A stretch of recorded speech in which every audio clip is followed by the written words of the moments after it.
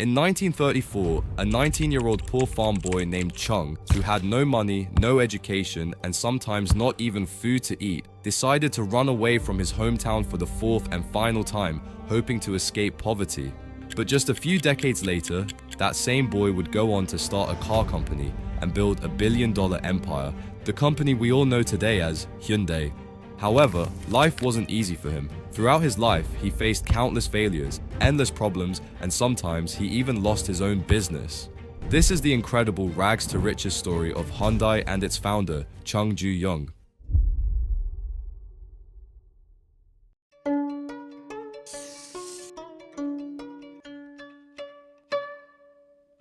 The story begins in 1915 when Chung Ju-Yung was born in a small village in Korea. From a young age, he dreamed of becoming a teacher.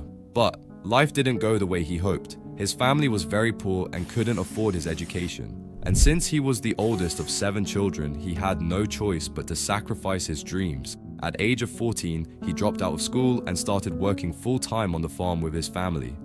Chung and his family were very hardworking. They never took a single day off. Even during the cold winter months, the entire family worked out in the fields. They worked 17 hours a day, every day, just to survive. But unfortunately, even after all that hard work, there were nights when they had nothing to eat. Seeing this, Chung started traveling from town to town, selling firewood, trying to earn a little money to support his family. Sadly, Chung wasn't making enough money. He didn't see any future for himself or his family in the village. No matter how hard they worked, they barely got anything in return. He believed that if he worked just as hard doing something else, maybe in the city, he could build a better life for himself. However, one day Chung was reading a newspaper. He saw that a big construction site in a nearby city was looking for workers. This small news motivated him.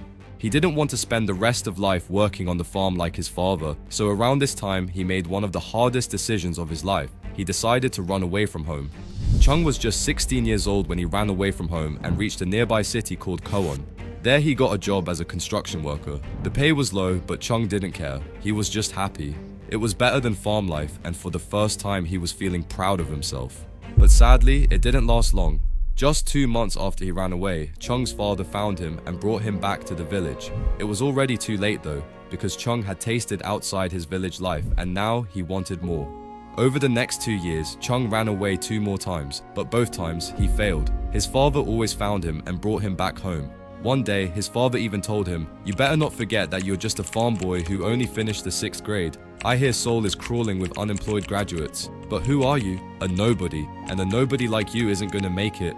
However, after all his failed attempts, Chung started feeling really guilty. So he began working even harder on the farm, trying to prove himself and support his parents. But once again, luck wasn't on his side. Another bad harvest hit them, and everything was ruined all over again.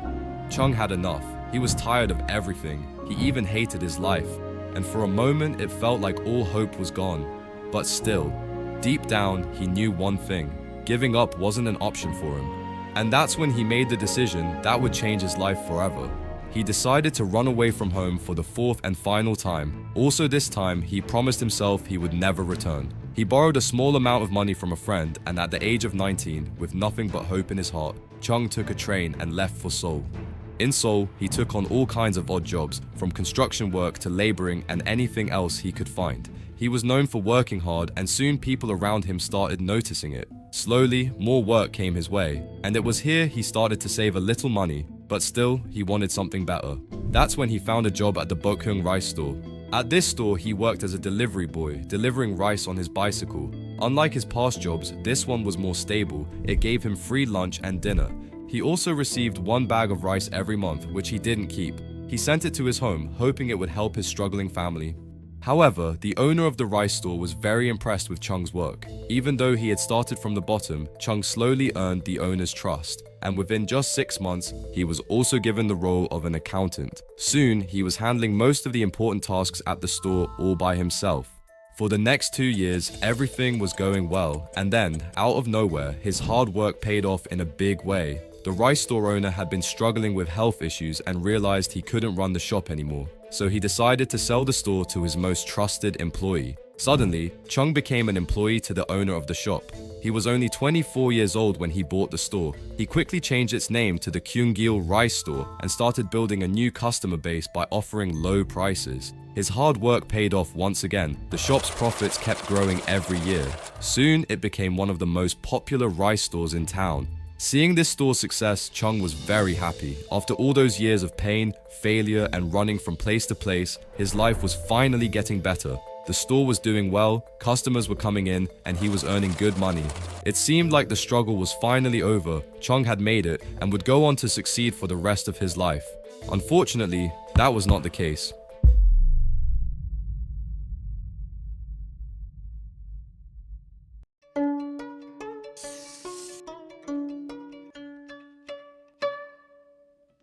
In 1939, Japan was in the middle of a war with China, and at that time Korea was under Japan's control. To feed their army, the Japanese government started a rice rationing system in Korea. Because of this, all rice stores in Korea were taken over by the government, including Chung's. He had no choice but to give up on the store. Just like that, Chung lost the business he had worked so hard to build. He was heartbroken, but there was nothing he could do, and with the little money he had saved, Chung packed up and left for his village. Despite all this, Chung never gave up on his dream of building a better life. In 1940, he returned to the city with his small savings, determined to start again. This time, he made a smart move. He made a list of businesses where the Japanese government wouldn't interfere, and based on that, he predicted that a car repair business would be a good idea. But he didn't know that this prediction would later turn out to be wrong. He used his savings, and sadly, it wasn't enough. So he borrowed some money from a private lender. With that, he opened a small car repair shop called Ado Service Garage. Chung didn't know anything about fixing cars, so he hired skilled mechanics to do the work. Luckily, at that time, the demand for car repair shops was very high, but the problem was there were only a few shops in the city and most of them charged too much. Chung kept his prices low and treated his customers with respect, and this simple approach worked. Slowly, more and more people started coming in. Soon, the demand grew so much that Chung had to hire more mechanics just to keep up with the work. But all of a sudden, things went bad again. That same year in 1940, his garage caught fire, and everything burned down, including some of the customers' cars. This whole incident left Chung with a huge debt on his head, and to make things worse, customers were now asking him to pay for their losses. Chung had to return their money soon. At that time, the only option Chung could see was to take another loan and start all over again. So, without wasting a single day, he borrowed 3,500 won. It was a big risk, but he had no choice. With that money, he opened a new auto repair shop in a more crowded and better location.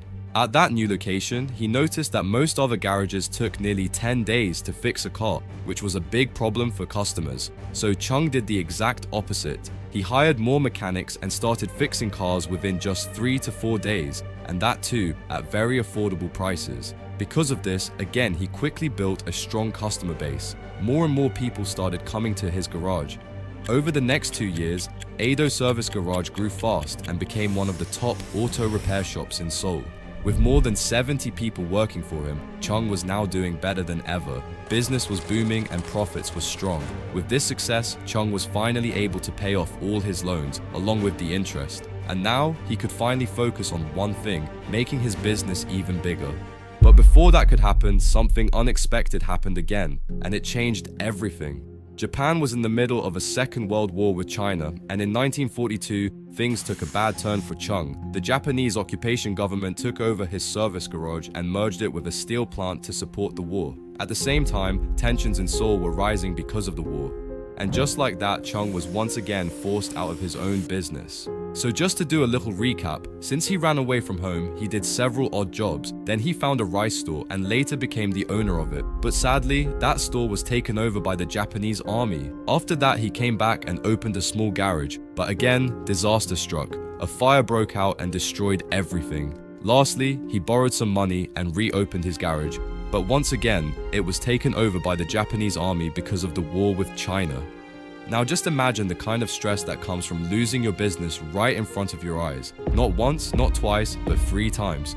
Most people would have just given up, packed their bags, gone back to their village, and spent the rest of their life farming. But Chung wasn't that person who quit very easily.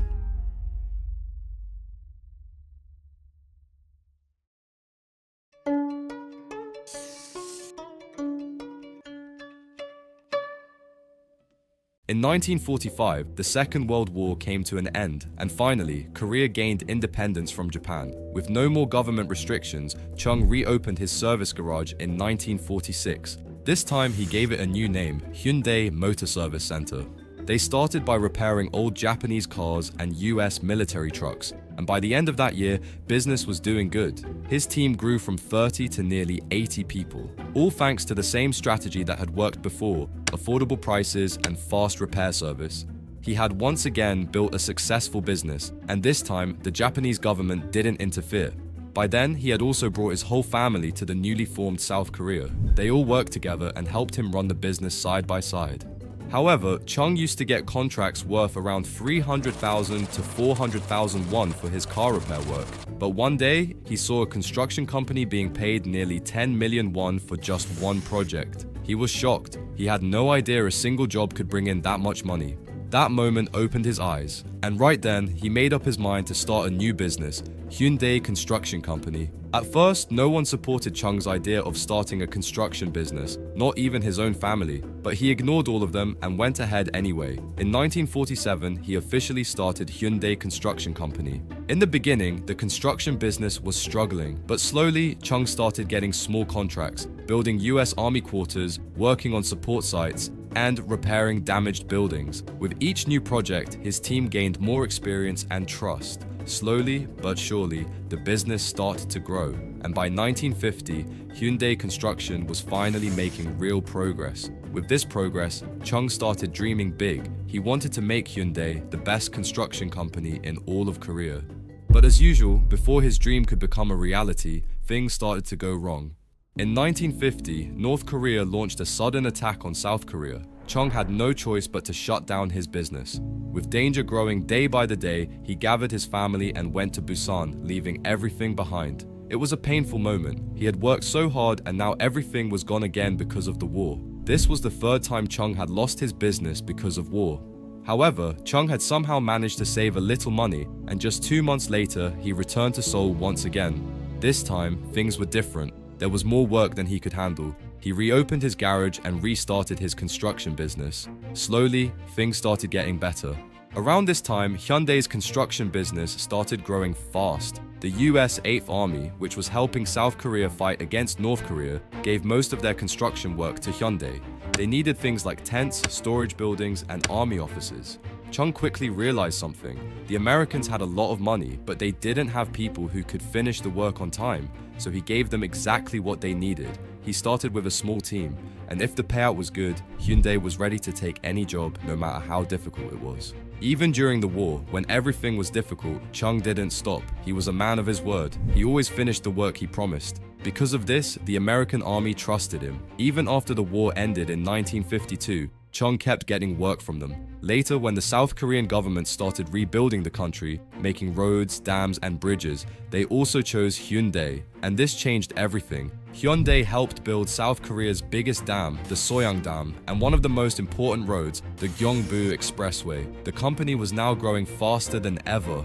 In the 1960s, Chung was in his early 50s and already owned a successful construction company. He had built thousands of kilometers of roads across South Korea, but still, one dream was left, and it was none other than building his own Hyundai cars.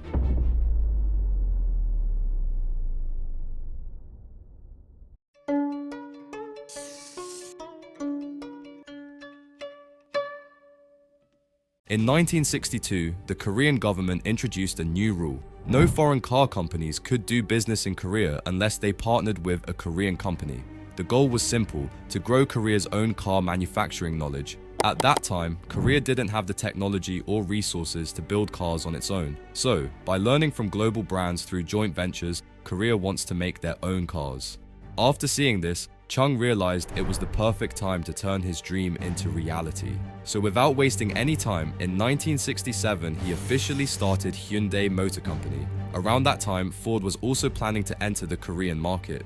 Also, Chung believed in one thing: if you want to work with a foreign company, work with the best. And at that time, Ford was clearly the best in the business. However, Chung made a deal with Ford to use their cars and build them in Korea. He set up a huge factory in Ulsan for this, and in less than 6 months, the Hyundai plant was ready. Soon after, the first car came out of the factory, the Ford Cortina.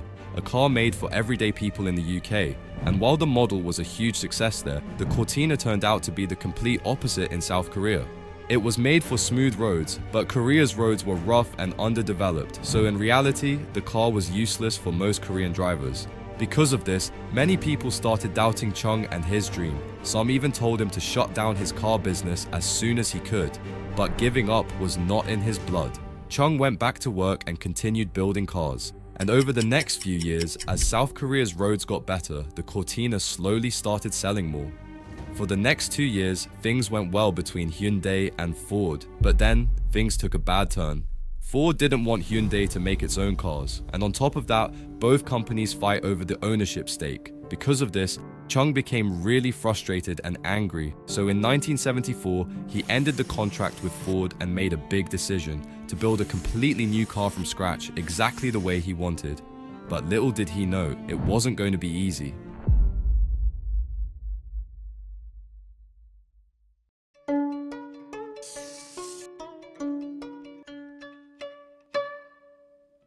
In 1973, after ending the deal with Ford, Hyundai didn't waste any time. They quickly partnered with Japan's Mitsubishi Motors, who agreed to provide car manufacturing technology. The best part was, this time, Hyundai was allowed to build and sell cars under its own name. Luckily, at that same time, the South Korean government ordered car companies to build a citizen's car, a car that had to be affordable, reliable, and made entirely with South Korean parts. Because of this, Chung opened a new space just for building cars. He hired some of the best workers from around the world, and together they built the first ever Hyundai car, the Hyundai Pony. This car was made for South Korea's rough roads and came with a very affordable price, just $5,900. The Pony became a huge success. It was the first mass-produced car in South Korea, and at one point 4 out of every 10 cars sold in the country were Hyundai Ponies. However, in his book, Chung said, "Building Korea's first car completely made at home was one of the biggest challenges I ever faced." The Hyundai Pony was a big success in South Korea, but the truth was, Korea wasn't a big car market at that time, so Chung decided to launch the Pony in other countries. Thankfully, the car performed well in the other countries, mostly because of its affordable price. In fact, it even became a bestseller car in Canada. But there was one market where the Pony failed, the United States. It failed there because it didn't meet the US government's emission standards. But Chung knew that if he wanted Hyundai to grow bigger and make more money, entering the US market was very important. Around this time, Hyundai saw something interesting. The second-hand car market in the USA was huge and there was almost no competition. Chung saw this as a big opportunity and launched the Hyundai Excel. This time, the car passed the US emission tests, and finally, Hyundai was allowed to sell cars in America. Also, to win people's trust, Hyundai also gave a 5-year warranty, which was a big deal back then. And the result was completely unexpected. A huge number of people who were planning to buy second-hand cars switched to the brand new Hyundai Excel instead. As a result, in 1986 alone, Hyundai sold around 170,000 Excels in the US and nearly 1 million worldwide. It was a huge deal for Hyundai because no other car company had ever made such a strong entry into the US market. But Chung didn't stop, he wanted more, so Hyundai began building their own engines and car parts from scratch. In the 1990s, they introduced new models like the Elantra, Sonata, and Accent. At first, these cars didn't sell well either, but slowly, as the quality and features improved, the sales started to rise. After all this growth, Hyundai had now become a major car company and was giving tough competition to other famous car brands. And finally, in 1987, when Chung turned 72, he retired from Hyundai but stayed on as honorary chairman. Thereafter, his son took over the company and continued the Hyundai legacy. As of today, Hyundai is the third largest car maker in the world, even ahead of General Motors. Most people only know Hyundai for their cars, but the company is involved in many other businesses too, such as Hyundai Elevators, Hyundai Information and Technology, and Hyundai Heavy Industries, which is known for building some of the world's biggest ships. Hyundai isn't just another ordinary company in South Korea. It plays a big role in the country's growth and future. Also, most important not to forget, it was all started by a poor boy who grew up on a farm and ran away from home at the age of 16, just to escape poverty. However, if you want to watch another incredible story like this, I'll highly recommend you watch the Gucci video. It's full of drama, fashion, and family business. Just click the thumbnail and I'll see you there.